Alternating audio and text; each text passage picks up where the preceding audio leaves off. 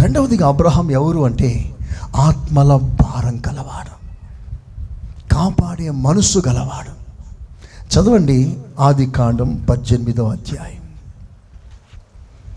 అందరు తీయన మాటలు. ఆదికాండం 18వ అధ్యాయం.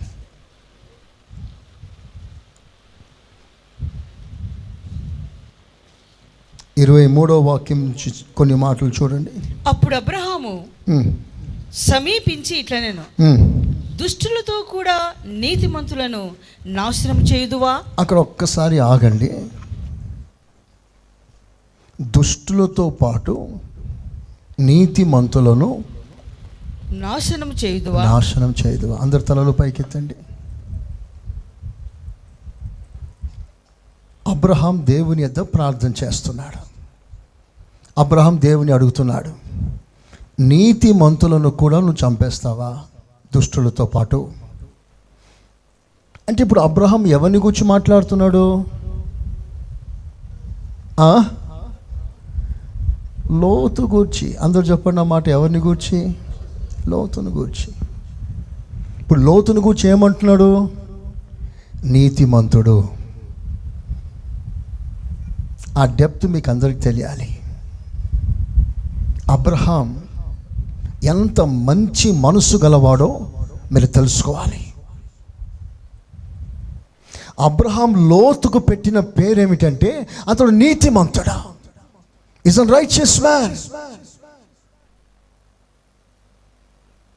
అబ్రహాం ప్లేస్లో ఒకవేళ నీవైనా నేనైనా ఉంటే చెప్పే మాట ఏమిటంటే ఆ లోతు నమ్మక ద్రోహి. ఆ లోతుకి లోబడే మనసు లేదు. దబ్బాష గలవాడు. ఇంతకాలం పెంచిననే, నా వలన దీవించబడ్డాడే, కేవలం ఆస్తి కొరకు నన్ను వదిలిపెట్టిపోయాడే, అసలు వాడు మంచోడేనా, అసలు మనిషేనా అని చెప్పాల్సింది. ఎందుకంటే ఇవన్నీ జరిగింది. ఆస్తి కొరకు గొడవ చేసుకున్నాడని లోతు. ఆస్తి కొరకు గొడవ చేసుకున్నాడు. ఈజీగా అణిగిపోయే దానిని పెంచుకున్నాడు.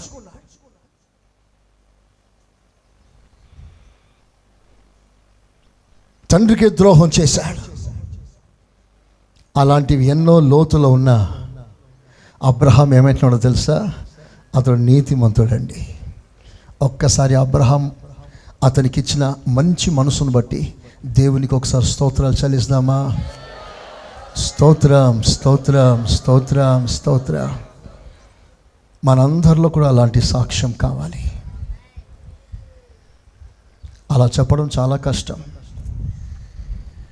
ఎందుకంటే నీతిమంతులను కూడా ఏదో రకమైన బ్లేమ్స్, నింద మోపి అతని పేరు చెడ్డదని కొట్టివేసే సమాజంలో మనం ఉన్నాం. మంచోల్ని కూడా దోషిగా నిరూపించే రోజు. అలాంటి దోషిగా ఉన్న లోతుని అతను నీతిమంతుడు అంటాడు.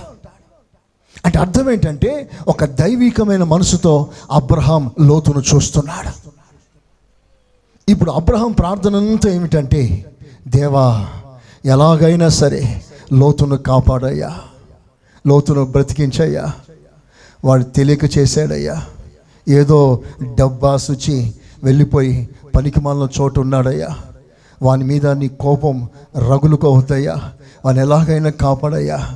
ఆ ప్రార్థన, ఆ విన్నపం, అబ్రహాం పోరాడే ఆ స్టైల్ ఎంత బాగుంటుందో తెలుసా అండి. మీరు ఇంటికి వెళ్ళి ఆ వచనం 23 నుంచి 33 వరకు చూడండి. ఎంత అద్భుతంగా. ఒక్క మాట చదవండి. 27వ వాక్యం చూడండి. 27.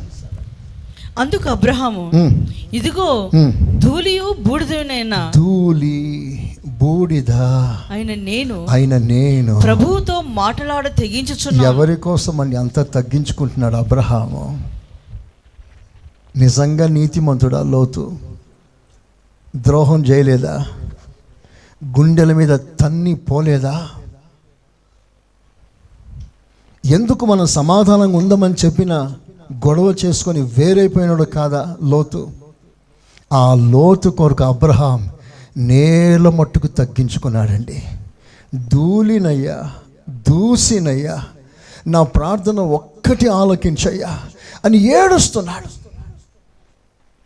దేవుని ఉగ్రత లోతు మీద పడకూడదని రాత్రి పగలు పోరాడి ఆయన సన్నిధిలో సమీపించి తెగించి మాట్లాడతాడు. అంటే అంత భారం. అంతకుముందు ఏం జరిగిందో మీకు తెలుసా? ఎప్పుడైతే లోతు సొదొమకి వెళ్ళాడో, ఆ సొదొమ పట్టణాన్ని శత్రువు వచ్చి కబ్జా చేశాడు. ఆస్తిపాస్తులను ఎత్తుకుపోయారు. అందులో లోతు కూడా ఉన్నాడు. లోతును పట్టుకుపోయారు. లోతు ఆస్తి అంతా పట్టుకుపోయారు. ఆ తర్వాత ఈ విషయం అబ్రహాం విన్నాడు. ఆ మాట మాత్రం మీరు చదవండి. ఆదికాండం 14వ అధ్యాయం. ఆదికాండం 14వ అధ్యాయం 14వ వాక్యం చూడండి. అబ్రహాము తన తమ్ముడు చెరపట్టెనని విని, తమ్ముడు చెరపట్టెనని విని విని చాలు విని, అందరూ ఆ మాటనండి, విని, మంచిగానండి, కొంచెం గట్టిగా విన్నాడు. ఏమని విన్నాడు? చెరపట్టబడ్డాడని విన్నాడు. అంటే వార్త వచ్చింది. లోతు తానే వచ్చి కాలు మీద పడి, అయ్యా అయ్యా నా ఆస్తి అంతా ఎత్తుకుపోయారయ్యా, దయచేసి నన్ను కాపాడయ్యా అని అడగలే, విన్నాడు. ఒకవేళ మనం ఆ ప్లేస్లో ఏమంటామంటే, వాడు రాని, వాడు వచ్చి రిక్వెస్ట్ చేస్తే అప్పుడు చూస్తాలే. తరచుగా మనం చేసే కార్యాలే కదండి ఇది. మనకు బాధ కలిగించేవాడు, వానికి సహాయం చేయాలంటే కొంతమంది చేస్తారు. ఎప్పుడంటే వాడు వచ్చి రిక్వెస్ట్ చేస్తే వాడే రావాలి, వాడే నన్ను అడగాలి.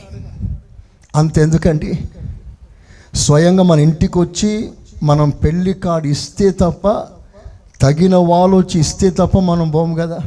స్తోత్రం. మన విజయవాడలో దైవజనుని పెళ్లి జరుగుతుంది. నన్ను పిలవలే, కానీ ఆ దైవ సేవకుడు పరిచయం. వెళ్దాం అనుకున్నాను, టైం కుదరలేదు అనుకోండి, వెళ్ళాలనుకున్నాను. నిజంగా పిలువకుండానే వస్తారా అని ఒకవేళ మీరు ఆలోచన చేయొచ్చు. నన్ను వేరే విధంగా అర్థం చేసుకోకండి. మిమ్మల్ని ఇది దేవుని వాక్యంగా నేను బోధించట్లేదు, జస్ట్ నా అభిప్రాయం మాత్రమే చెప్తున్నాను. నా దేవుడు కూడా ఎవరు అంటే, మీరు పిలువకపోయినా ప్రతి క్షణం ఆయన మన మధ్యలో ఉంటాడు. చప్పట్లు కొట్టండి గట్టిగా, కొడాలి గట్టిగా. హల్లెలూయా. ఆ మైండ్ ఒక్కసారి నన్ను తాకింది. ప్రభా, కొన్నిసార్లు నేను పిలవడం మర్చిపోతా. పిలువలేదు కదా, పిలిస్తే వెళ్దాంలే అని నువ్వు ఎదురు చూడలేదు కదయ్యా. తెలుసో తెలియకో పిలువలేదు, కానీ నువ్వు ఖచ్చితంగా వస్తావు కదా. అలాంటి మనసు నాకు కూడా దయచేయి నాయనా. స్తోత్ర. I'm giving you the perfection. చిన్న చిన్నవే, కానీ ఇందులో పరిపూర్ణత దాగి ఉంది. నిజంగా మీ వినికిడిలో ఈ మాటలన్నీ కూడా ధన్యములై ఉన్నవి. అందరు చేతులెత్తి ఆమెనంటారా? హల్లెలూయా. విన్నాడండి, అబ్రహాం విన్నాడు. తన తమ్ముని కుమారునికి నష్టం కలిగిందని వెంటనే బయలుదేరాడు. తన ఇంట అలవర్చిన 318 మందిని పట్టుకొని బయలుదేరాడు. మరి యుద్ధం అది. తనకంటే చిన్నవారు కాదు, తనకంటే విస్తారమైన ప్రజలు, పెద్ద సైన్యం. ప్రాణం పోయే అవకాశం ఉంది, దెబ్బ తగిలే అవకాశం ఉంది, రక్తం కారే అవకాశం ఉంది, కాలు చెయ్య తెగే అవకాశం ఉంది, అవసరమైతే ప్రాణమే పోయే అవకాశం ఉంది. ఇన్ని వాటికి భరించి, ఇంత నష్టమైన పర్వాలేదు, ప్రాణం పోయినా పర్వాలేదు అని తెగించి కేవలం తన తమ్ముని కొడుకును సహాయం చేస్తామని, కాపాడాలని భారం గలవాడై వెంటనే సహాయం కొరకు బయలుదేరాడు. ప్రాణాన్ని కూడా లెక్క చేయకుండా సహాయం చేయటానికి వెళ్ళాడు. మంచోడికి కాదు, ద్రోహం చేసిన వారికి. అది నా పాయింట్ అసలు. అందుకే అబ్రహామును చూడండి అంటాడు. మంచోడి కొరకు ఎవడైనా ప్రాణం పెట్టవచ్చు, చెడ్డోడి కొరకు పెడతాడా ఎవరైనా? అది యేసయ్యలో మాదిరి మనం చూసాము. ఇప్పుడు అబ్రహాము అలాంటి వాడే. తనకు ద్రోహం చేసిన ద్రోహం చేసిన తన కుమారునికి ప్రాణము కూడా ఇవ్వటానికి సిద్ధపడ్డాడు.